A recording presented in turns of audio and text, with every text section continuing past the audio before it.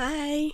Today I want to discuss one of my weirdest comfort movies, Anaconda 2, The Hunt for the Blood Orchid. So I have a few comfort movies, so if you guys like this format, I can do more. The main reason why this is a weird comfort movie, for me personally, is because I have a phobia of snakes. So, why is a snake movie one of my favorite? I don't know. The only way that I can explain it is because the snakes in Anaconda are so big that they don't scare me as much, which is counterintuitive because you would think, people who are scared of spiders, if they have a giant spider, they're gonna be even more scared of the giant spider. But I think the thing that freaks me out the most about snakes is the, slither. The way that they're so fast and they just, anything that slithers, I just, ugh. And maybe also the sound that the snakes make me really uncomfortable.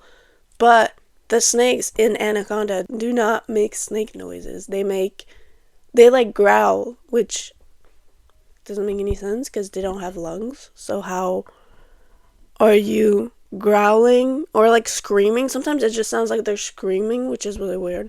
Now, what you're hearing is an anaconda screaming. Now, that's a real piece of movie magic for you right there, ladies and gentlemen, because there's no such thing. The most noise that animal is capable of making is releasing air from its body to let out the hissing sound that we're familiar with in snakes. Yeah, I guess they just don't behave like snakes. It's also a weird choice of comfort movie because it's not super good. Then again, comfort movies don't have to be good, they just have to be comforting. But I've watched this movie so many times, and it's not a good movie, but I love it. Okay, in case you guys didn't believe me, I don't have my mic, also sorry. But in case you guys didn't believe me about how much I love this movie, look at this. Ignore the clutter, this is my fidget toys, but this is a painting that I did, which is a whole bunch of movies and TV shows that I love. And what's this? What is that? Yeah! I thought I was the only one who liked it. Or who loved it. But then I read some comments on the YouTube, and apparently a lot of people really like it, and they thought that it was better than the original. The Anaconda movies obviously aren't known for great cinematography, they're not Oscar-worthy movies, but at least the first one had some kind of cult following, be it for the nostalgia factor or for the pretty impressive star power. You know, John Boyd, J-Lo, Ice Cube, Owen Wilson is in it also. The second one, though, doesn't really have any big names to its credits. Morris Chestnut went on to star in Rosewood. I'm gonna be honest, until I actually did the research for this, I legitimately thought that Morris Chestnut was the one who played Amenadiel on Lucifer. But that's wrong. That was D.B. Woodside. Other actors in this that are important: Katie Strickland, our queen, Charlotte King from Private Practice. Nicholas Gonzalez was Neil Melendez in The Good Doctor, if you have ever watched that show. I haven't, but if you know it. And Johnny Messner has had small roles in everything.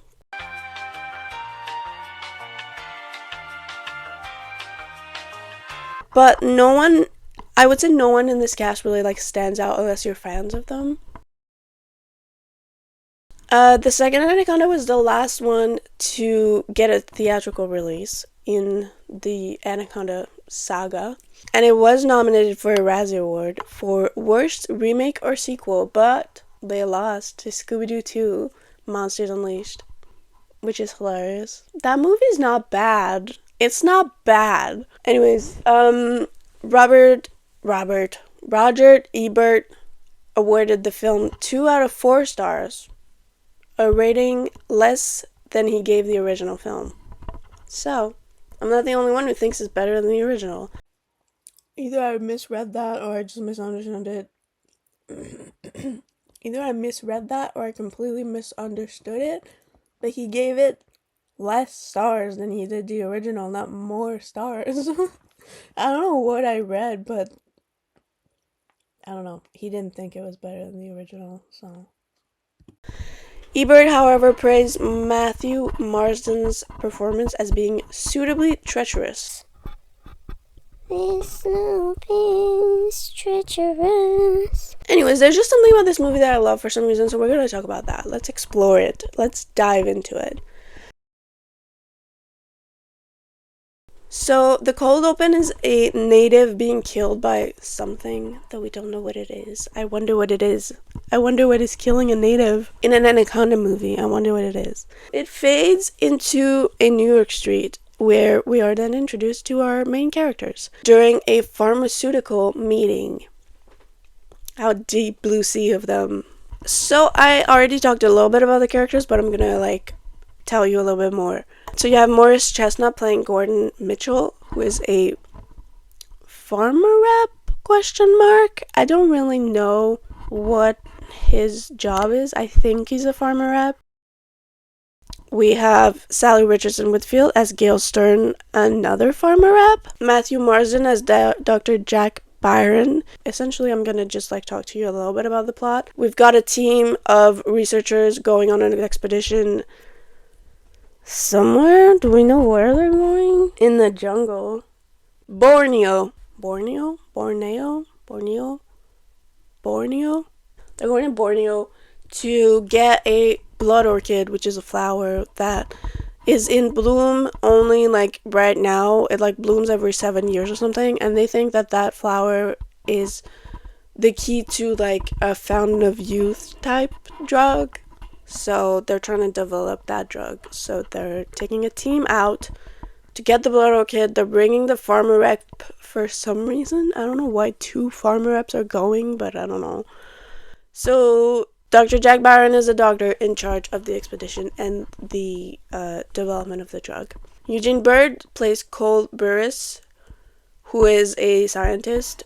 And also just the trope of the guy who is scared of everything and kind of acts as the audience in a way, it's kind of plays a little bit like the audience. So he's the LC Cool Cloud.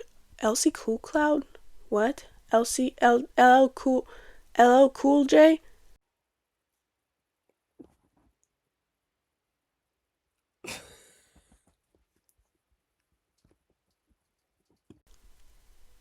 Cool Cloud is from Superstore. LL Cool J. Cool Cloud, you're gonna be the best dad. Oh, whoa. I'm sorry, did LL Cool J just impregnate a human? I think he did. You have Katie Strickland as Sam Rogers, who is Jack's protege, so she's a scientist as well. Nicholas Gonzalez as Dr. Ben Douglas, who is a medical doctor. So he's a doctor. They're all doctors, but he's a doctor, a doctor.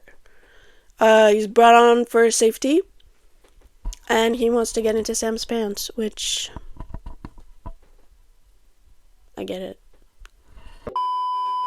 And Johnny Mesner as Bill Johnson, but I'm just gonna call him Johnny because, yeah, we're not introduced to him just yet, so I'm skipping ahead. But anyways, I mean, I've already talked a little bit about this, but basically they discuss how the blood orchid is supposedly pharmaceutical equivalent to the fountain of youth.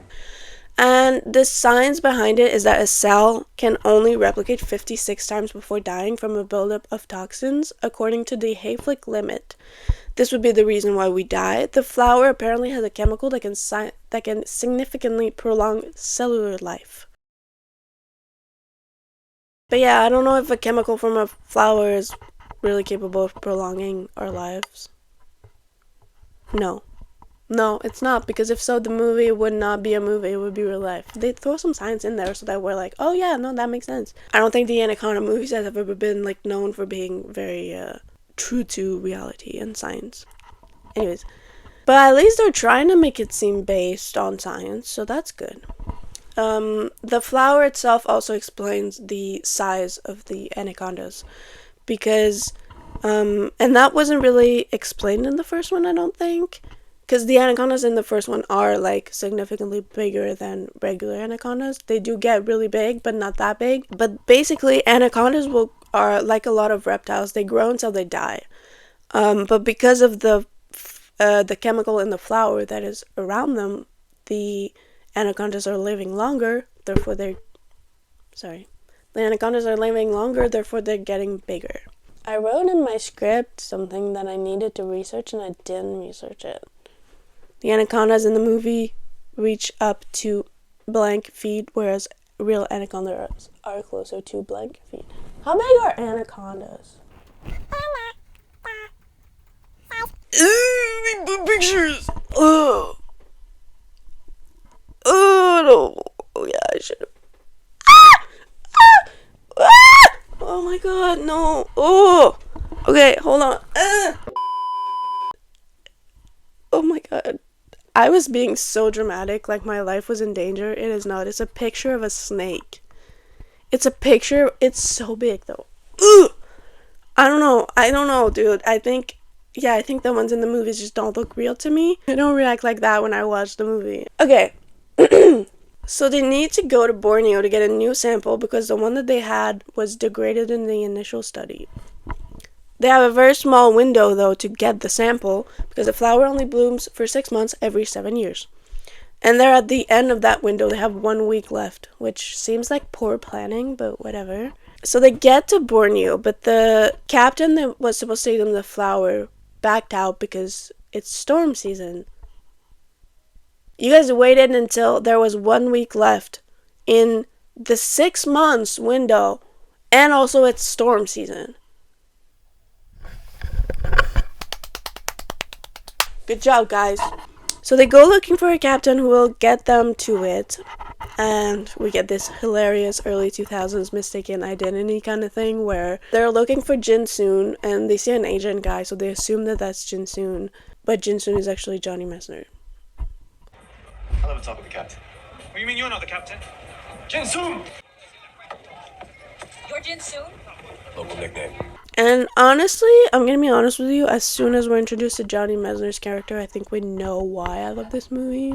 I'm every woman he knows exists. I'm his main. I'm his side. I'm every woman that's in his mind. He agrees to take them for an insane amount of money, and they leave. It's okay.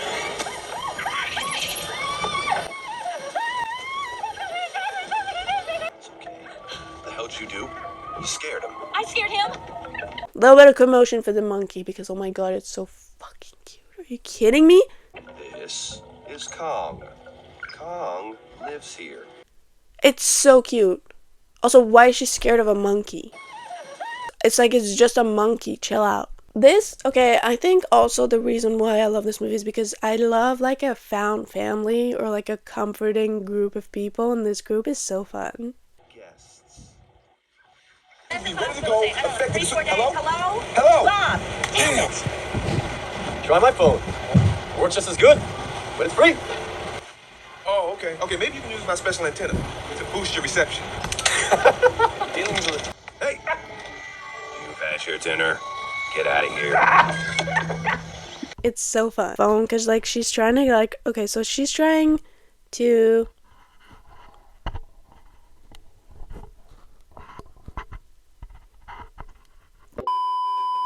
use a phone on the boat, and she ended up falling in the water.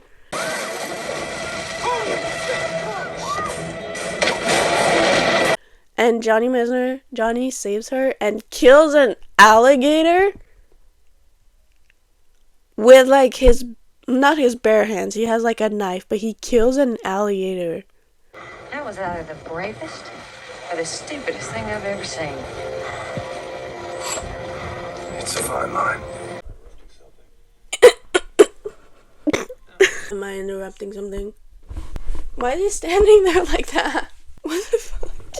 So Johnny tells Jack that the path they were supposed to take is too dangerous now, and they need to make a detour that will add 2 days to the journey. Jack refuses and offers him $50,000 from his own pocket to keep going on the path they were supposed to take. Okay. Alright. Jesus. So Johnny agrees and Jack is like, let's keep this between us though, right? Like, they don't need to know. So the next day, they wake up to find that the river is flooded. Which, like, I get what they mean, but that's a really dumb sentence. The river is flooded? It's a river. Like, it's a... It's a river. So the boat goes down a waterfall and tips over, and they all end up like safe on land. It's just they don't have a boat anymore. So everyone is pissed, rightfully so, and Jack takes control of the group because he's a hero. You're gonna lose your damn payday if you don't get us out of this. Who said that you could get us there safely? If you knew it was that dangerous, you should have turned around. That's enough! There's nothing we can do about that now. It's a waste of energy. What have we got? Ooh, like as if you didn't put them in this situation. Like he's acting like it's not his fault that they're there. So one of the sat phones still works, so Johnny calls one of his friends to come meet them upriver. So they start walking to meet him there. And we see that his friend has a little thingy, like a box. Like a box with a gun in it. Remember that for later. It's Chekhov's gun. Chekhov's gun? Is it a gun? Or is it just Chekhov's? Anyways, he has a gun, so. They have to go through a river that's like waist high water. And that's when we have our first Anaconda encounter. So they're walking in a line, and the duck is at the back of the line, and he's humming the Jaws theme because he's an asshole. And then he goes under. He's like tape pulled under, and everyone thinks that it's a joke because he was just humming the Jaws theme to like annoy them. And then he like emerges in the mouth of an anaconda, and he gets torn apart, and it's awesome. He gets torn apart, and it's awesome. But for real, if that was what Cole was feeling around him, like that's crazy, bro. What am I talking about? I wrote this script a long time ago. Oh, right. Okay. Right, because they were walking in the water, and Cole was like, wait, I feel something. And Johnny's like, yeah, we're in the water. There's like fish and stuff. And he's like, no, seriously, like I feel something moving. Look at the size of this fucking thing. That's what he was feeling moving around him. That thing was just like going like that in between them, and nobody was like, wait, there's like a giant anaconda. So everyone is freaked out, rightfully so, because one of them just died. And Johnny is like, listen, anacondas are territorial, and an anaconda that big, I can't say anaconda, and an anaconda that big won't have another one around for miles. So they're safe. They're safe. Jack still wants to go get the flower, but everyone else is like, fuck no. Let's just go home, please. One of us just died. Can we go? The like pharmaceutical rep is like, listen, I'm the boss, and I say we go back. And Jack is like, we're in the middle of the jungle. At this point, your authority is what we say it is. We have lost someone. As Wexel Hall's representative, I am calling this expedition off. You don't have the authority. Check your contract. In case you hadn't noticed, we're in the middle of the jungle. At this point, your authority is what we say it is. Jack is a psychopath. Hasn't gone full-blown psychopath yet. Like, but the way that he delivers this next line is so fucking funny to me because nobody believes you. You just said, like, he goes, Look, Ben was my friend. Okay, I got him into this, and no one feels worse about it than I do. I don't want to do anything stupid. I just want to accomplish what we came here for. If we turn back now, Ben's death would be for nothing. okay, no, but I don't think I stressed enough the switch that he goes through in like 3 seconds. Listen to this. At this point, your authority is what we say it is. Okay, I got him into this, and no one feels worse about it than I do. Like, he's a sociopath. And the way that he delivers it is so funny. It's so funny. Are you kidding me? So they keep going. I mean, I guess, like, at this point, you're already there, so you might as well, but, like, that guy's a psychopath. Anyways, Johnny tells Sam that Jack paid him to keep going on the river. And then he says, Hey, don't blame him. It was my call. I took the money.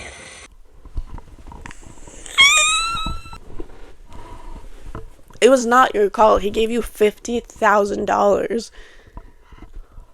Okay, so Cole has a bag full of leeches, so they stop to take them off. With a lighter, They just like burn the leech. Anyways, Tran. Did I even mention Tran? Oh yeah, Tran is the guy that they thought was the captain, but he's not. He's actually like the right-hand man of the captain, of Johnny. Completely forgot about that. I mean, he's not in the movie all that much. Anyways, Tran finds a spider in Gordon's shoe. And he's like, if that had bitten you, it would have paralyzed you. So Jack puts it in a jar to bring it back to make anesthetics with it. He's like, let's just like make science out of everything, I guess. So we go back to Johnny's friend from earlier who is like rescuing them, and he's drunk on his boat and he gets attacked by the anaconda. His boat tips over and explodes. It just explodes. The gang sees it from afar and they get to it to find that everything is gone, you know, because it exploded. They think that he fell off the boat because he was drunk. The boat exploded. What are you talking about? Anyways, they search the wreckage to find stuff that they can use, and Jack finds the gun. And obviously he doesn't tell people about it. He just keeps it for himself. So they walk off and they come face to face with Livingston's corpse, Livingston being the friend. And they figure out that it was the anaconda. So they figure out that there are two snakes, because the first one couldn't have gone to Livingston when it did after attacking Ben in the river. But like, you guys did. Like, you guys got there at the same time as the boat exploded. So you got there basically at the same time the anaconda did. And like, I'm pretty sure a huge fuck-ass snake is faster in water than a bunch of people on land on foot. But I digress. Listen. I'm sad. So there's two of them, even though Johnny said that there wouldn't be. And so they all freak out. They're freaking out at him. And they're like, oh, you said there wouldn't be two, but like, he's not an anaconda specialist. He's a captain. He never like claimed to know everything about everything. Like, you guys are putting a lot of faith into him, which I get because he's a local, but like, chill out. Apparently it's mating season, so that would explain why there are two. Okay. So they find the natives' camp, and they find a giant anaconda cut open with a person inside it. And Sam says, I thought that anaconda was the biggest one you'd ever seen. It was the biggest one. Like, he's discovering all of this along with you. Like, give him a break. He's not, like, they're acting as if he lied to them about the anaconda. Like, he's got as much to lose as you guys. I don't know what's going on. The locals left the camp. They just left, and with their boats. So they have to like build one. So they're like, we're gonna build a boat. So they start building a boat. And Jack finds a painting of the flower at the camp. So he assumes that means that the flower works because of what I already talked about the anacondas growing until they die. So they're like, well, that it would make sense then that the flower is here and that it works the way we thought it did. So they have to choose which river to go down. Either the one that leads to the flower or the one that gets them home. Jack wants to go to the flower. Everyone else wants to go home. Sam tells everyone that Jack paid Johnny to keep them going down the river, so they all turn on him. I don't need to consult you. How do you know what's good for me? That's my opinion! I'm the one with authority here. We're in the middle of the jungle, Jack. At this point, your authority is what we say it is. Ooh, yay. Hit him with his own word. Destroy him. Yay. Gordon is looking for dry socks in Jack's bag, and he finds the spider, a working sat phone, and the gun. Incriminating, kind of, you know. Jack walks in and, you know, says that he found all this. So Gordon goes to make a call to get help, but Jack releases the spider on him, so he gets paralyzed. And Jack walks out, just leaves him there paralyzed, and tells everyone that he's resting his feet. So Gordon gets eaten by the anaconda because he can't move to defend himself or run away, which is terrifying. Where am I looking? I'm like, It's terrifying. Like, you're paralyzed and there's a giant fucking snake coming down to kill you. Like, worst way to die, in my opinion. Like, oh my god. So they see him get taken by the snake. Like, the snake just, like, takes him. And they all head to help, which is when Jack steals the raft and heads for the flower. A fucking psychopath. They decide to cut across the jungle to find Jack to get the raft and go home. It's trying to separate us. I don't think it knows how to do that. It's a snake. But anyways, they get spooked and they all fall down a hill into a cave. And Trent is killed while trying to help Cole. R.I.P. King. I mean, he, wasn't in the movie a lot, but he was a good one. And they somehow all get to the flower at the same time. Like, Jack, who went in a raft, and them who cut across the jungle, they all get there at the same time. Everything happens simultaneously in this movie, which is fine. That's fine. I don't care. Jack threatens all of them with a gun and he shoots Johnny in the shoulder. Because they're not, like, in the cave where the flowers are. And Jack threatens all of them with the gun and shoots Johnny in the shoulder. And he makes Sam go across this, like, vine bridge that is suspended above, like, a mating ball of snakes. Because the flower's, like, across the bridge. And I love this scene so much because it's so tense and serious, but then they keep giving the monkey reaction shots.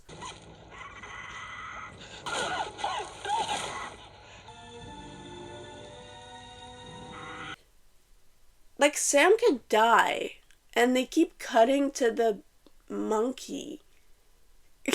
She makes it across, but she, like, falls while coming back, and so she's, like, lying on the bridge, like, she, like, falls and is holding on to the bridge, and she threatens to drop the bag with the flower in the ball of snakes, so Jack shoots at Gil and Cole. So, like, not the best plan, but I get the idea. I get where your head's at. I like where your head's at, sweetie. Like, that definitely could have worked.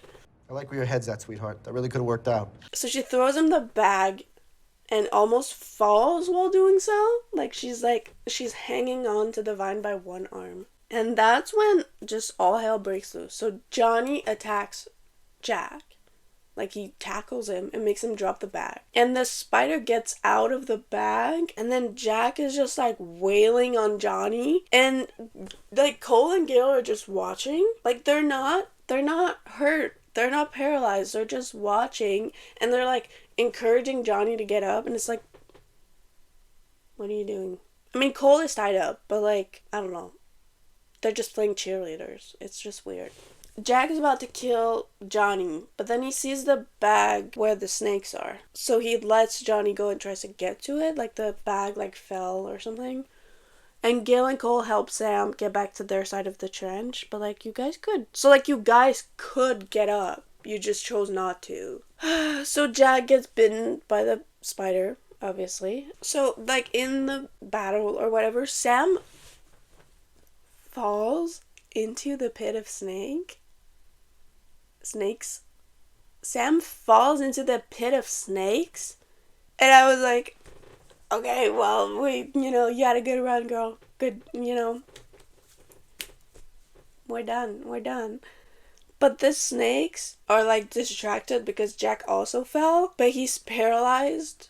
So they're, like, attacking him, I guess. So the team manages to pull Sam up. Cole shoots a flare at the anaconda that's attacking them. Like, they're getting attacked by this is not making any sense, but it's just a lot is happening at the same time. But there's an anaconda that's attacking them, and Cole shoots a flare at the anaconda and like explodes the pit of snakes. So it's just like, yeah.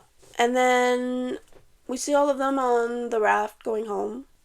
Good for them. So our survivors are Johnny, Sam, Gail, Cole. And they all presumably, like, get home, but without the flowers because they got blown up. So I guess it was all for nothing. We lost 3 people for nothing. But listen, it's a pretty good movie. Like, it's an entertaining movie, and I like it a lot.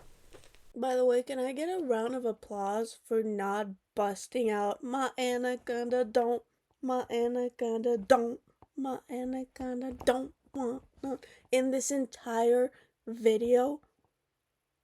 I filmed for like 45 minutes without singing that.